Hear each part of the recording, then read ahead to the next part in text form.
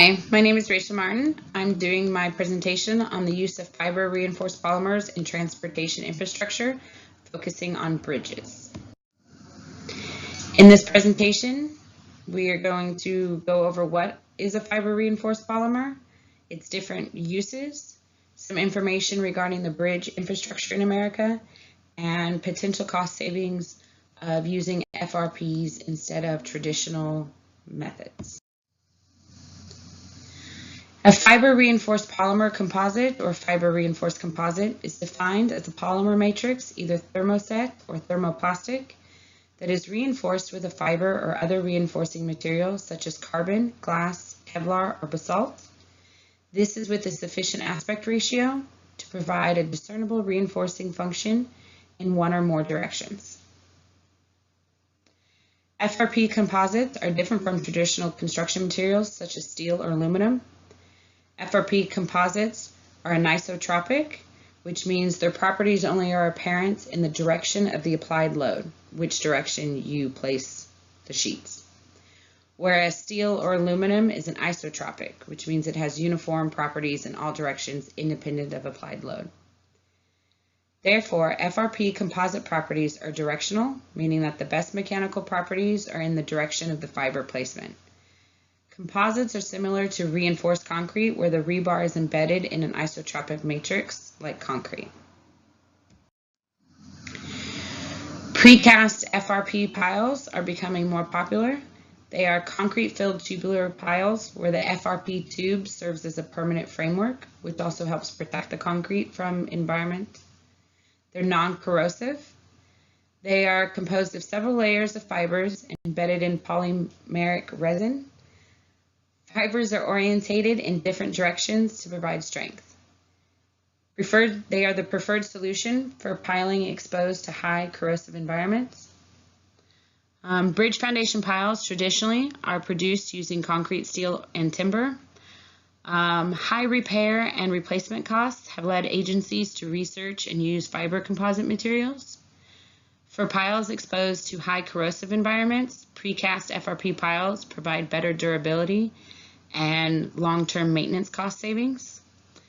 However, they have not gained wide acceptance due to the lack of long-term performance information, or the lack of it, and higher initial upfront costs.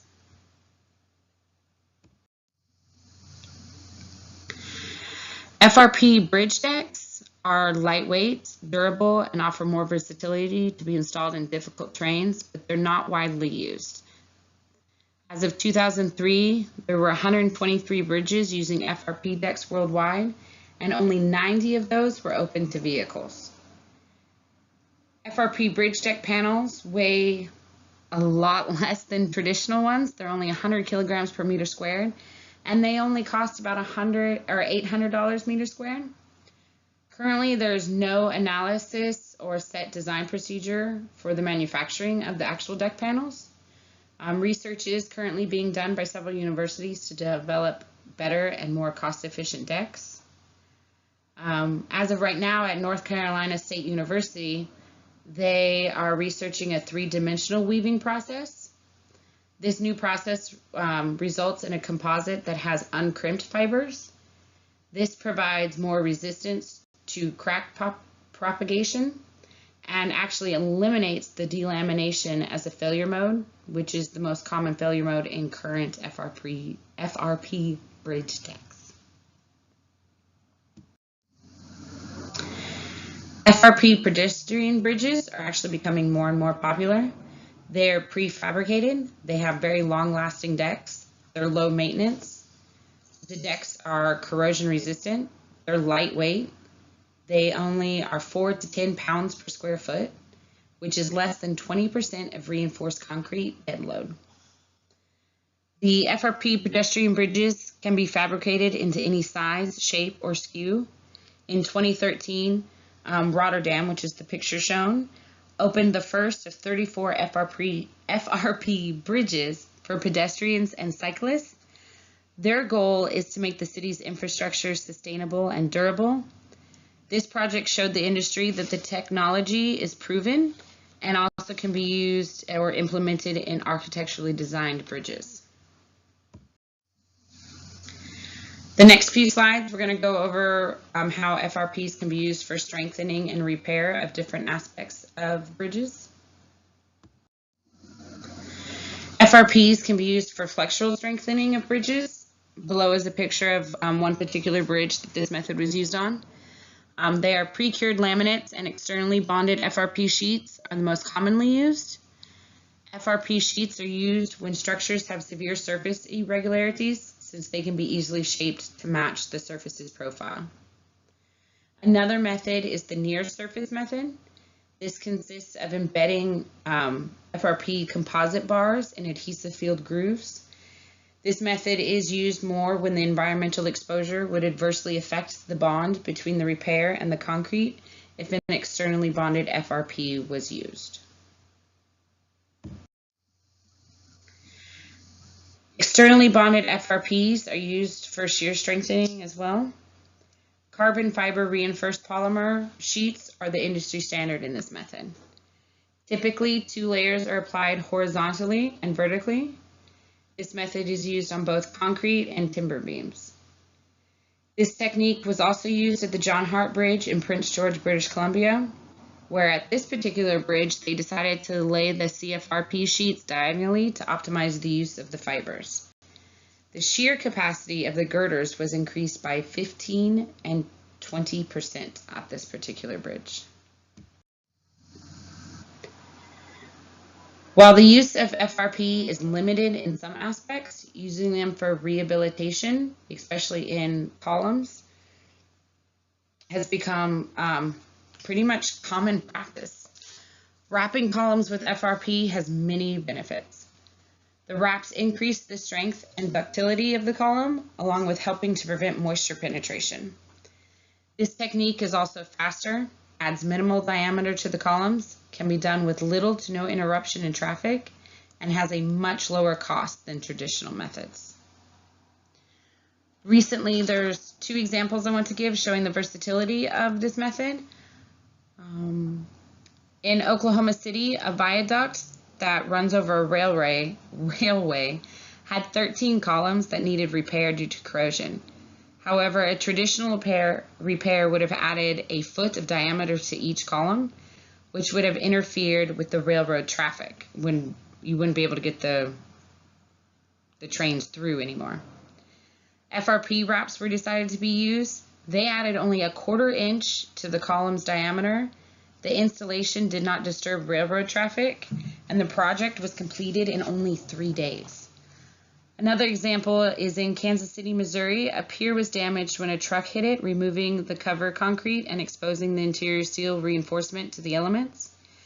FRP was again decided to be used. The repair was done in 4 hours without disturbing traffic or having to remove the concrete traffic barriers, which was a big concern on this project.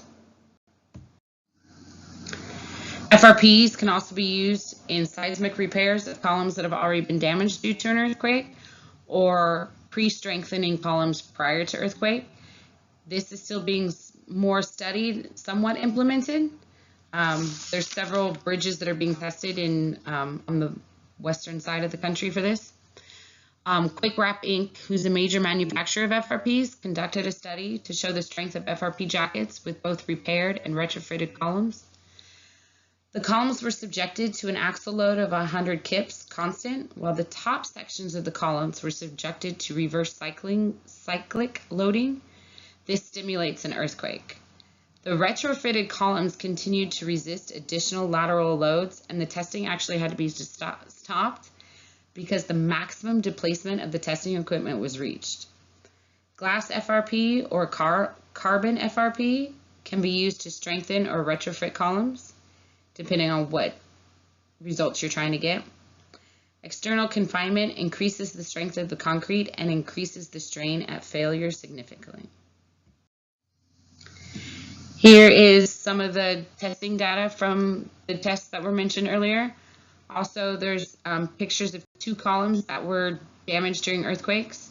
The picture on the right, you can show not a significant amount of damage, but still enough where it would cause structural problems, along with, if left as is, the stuff is exposed, so it's going to become worse. The one on the right, that one can be repaired with the FRP system. However, as you can see, the column on the left, that on the right, sorry, that one is completely destroyed. It left the bridge with severe problems, structural problems, had to be temporarily shut down. It can't be repaired. It's going to have to be completely replaced, which is a higher cost than if retrofitting had just been done with FRP wrapping. The bridge infrastructure in America. According to the 2016 Infrastructure Report Card by the American Society of Civil Engineering, the overall grade of Americans' bridges is a C+, with 9.1% of bridges rated structurally deficient.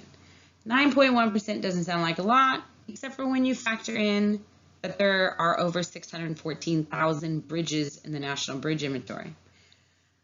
4 in 10 of those bridges are over 50 years or older, and an additional 15% are between the ages of 40 and 49. Most bridges in America were designed for a lifespan of 50 years. So we have several bridges that are at age or older, and a lot that are nearing the end of their life cycles. The most recent federal estimate put the backlog of rehabilitation projects at $123 billion. These estimates are done based on more traditional methods, so money can be saved by using the FRPs. According to the Maryland Department of Transportation, the current conventional chip and patch repair costs approximately $500 to $725 per meter squared, while the cost of FRP wrapping is $425 meter squared for the glass FRPs and only $360 for carbon.